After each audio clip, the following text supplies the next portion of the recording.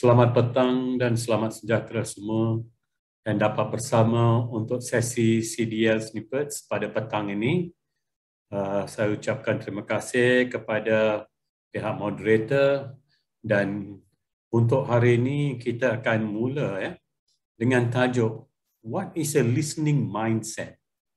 Kita tahu bahawa dalam banyak-banyak kemahiran yang perlu ada pada seseorang itu,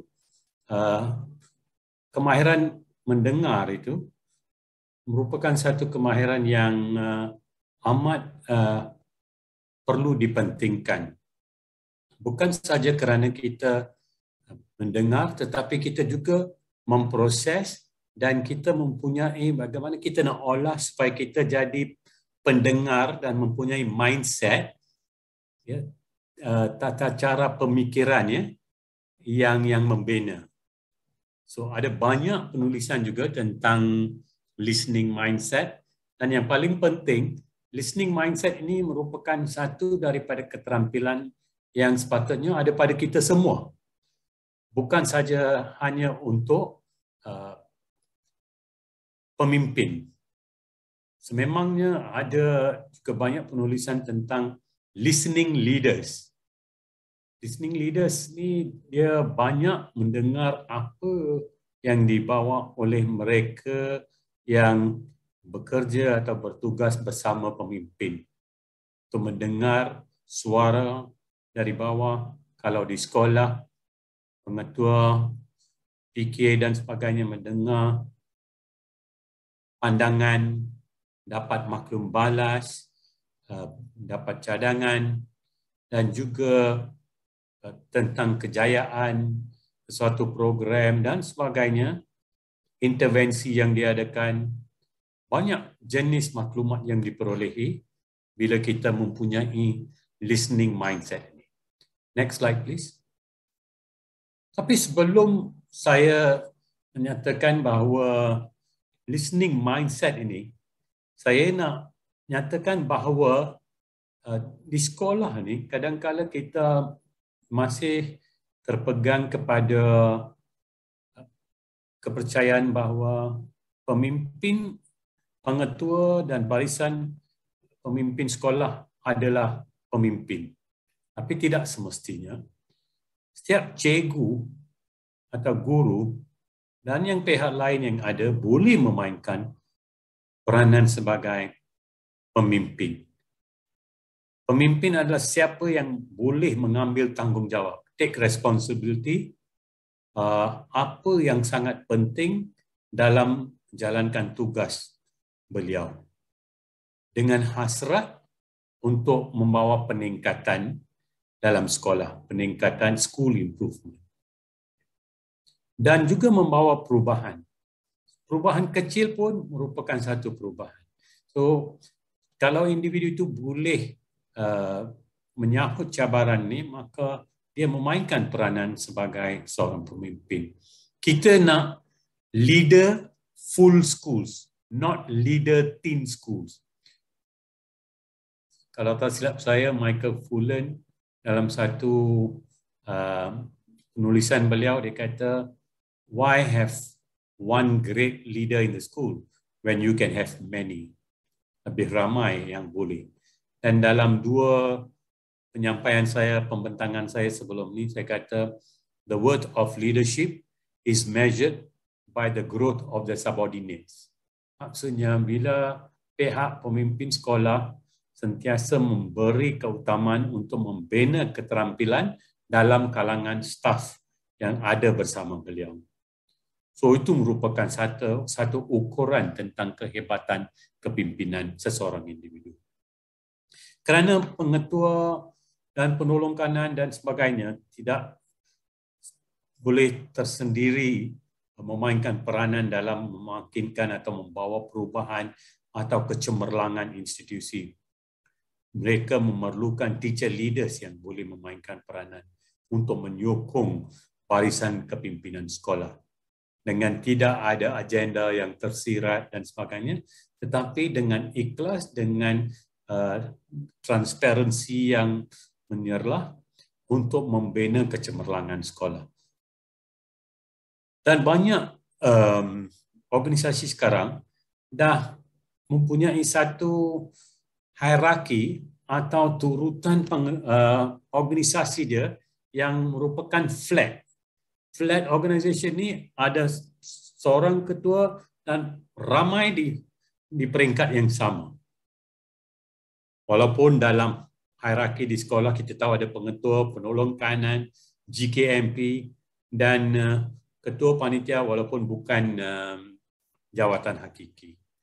So kita ada hierarki itu, tapi cara kita mentadbir boleh menggunakan pendekatan flat, hierarki itu, dan kita boleh mengurus sekolah dengan adanya informal leaders. Kita boleh empower informal leaders untuk membawa perubahan dan perkembangan organisasi. Dan ini bukan saja di sekolah, perkara yang sama boleh berlaku di PPD, di JPN ataupun di kementerian. Next slide please. So, apa bezanya antara listening mindset dan lawannya adalah telling mindset? So, kalau kita merupakan seorang listening leader, seorang yang mempunyai listening mindset, walaupun kita guru di sekolah atau apa juga jawatan kita dalam organisasi. So, orang yang mempunyai listening mindset ni dia selalu mendengar dan dia memproses maklumat. Dia tidak mengejar sesuatu, dia tidak secara huru-hara membuat sesuatu. Dia menggunakan thoughtful process, tata cara pemikiran yang boleh membawa outcome yang dihasratkan. Dan ada juga istilah orang sebut tentang quiet intelligence. Orang yang mendengar ni tidak semestinya dia kerana dia tidak tahu sesuatu. No, itu pemahaman yang tidak betul. Tapi quiet intelligence, dia memproses segala maklumat. Dan dia mendengar sebelum membuat keputusan. Dan kalau dia boleh membuat keputusan dengan baik, accurate diagnosis is half the cure. And diagnosis ini adalah penting melalui proses pemikiran yang teratur. Dan informed decision making, kenapa informed decision making? Kerana kita dapat maklumat dari semua pihak sebelum kita membuat satu keputusan yang membina. Dan kita gunakan wisdom, kelebihan pemikiran yang ada kepada individu dalam kumpulan kita. Dan ada penulisan yang menyatakan bahawa kadang-kadang seorang individu dia mendengar 90% dan hanya cakap 10%. Of course, nisbah ini boleh berubah di mana dia mendengar 80% atau 70% dan hanya cakap atau membalas 10 hingga 30%. Dan untuk semua ni perkara ini menyerlah tentang listening mindset ni, satu daripada pendekatan adalah untuk distributed leadership, di mana kita bukan saja mengagihkan tetapi kita memberi kepercayaan tentang sesuatu tugas yang kita beri kepada individu dalam organisasi kita. Dan seperti saya sebut tadi, why have one great leader in the school when you can have many? Dan perkara ini sememangnya berlaku di banyak sekolah, di mana barisan kepimpinan sekolah mempunyai kepercayaan dan mengharapkan guru-guru yang bersama mereka dapat membuat pelbagai tugasan dengan bimbingan yang limited dan pihak guru dapat menjalankan tugas dengan baik. Lawannya telling mindset ni bergerak cepat dengan hasrat nak efisien, nak cepat capai outcome, tapi kadang-kala dalam setiap outcome itu ada proses dia. Kalau kita ketepikan proses yang menjadi tunjang kepada kualiti keputusan atau outcome, mungkin akan hilang kualiti yang kita harapkan itu. Atau proses itu mungkin tercemar kerana kita tidak menggunakan satu pendekatan yang sistematik. Dan ada masanya kita rasa mungkin kita memegang jawatan, maka kita ada authority, kita buat keputusan. Keputusan berkaitan dengan SOP, dengan prosedur dan sebagainya. Ya, sememangnya prosedur sudah ada. Kita ikut prosedur itu yang telah ditentukan oleh mungkin pihak JPN, kementerian dan juga kerajaan pada umumnya. Dan tidak semestinya kita lah expert in the room, ya, dalam mesyuarat dan sebagainya.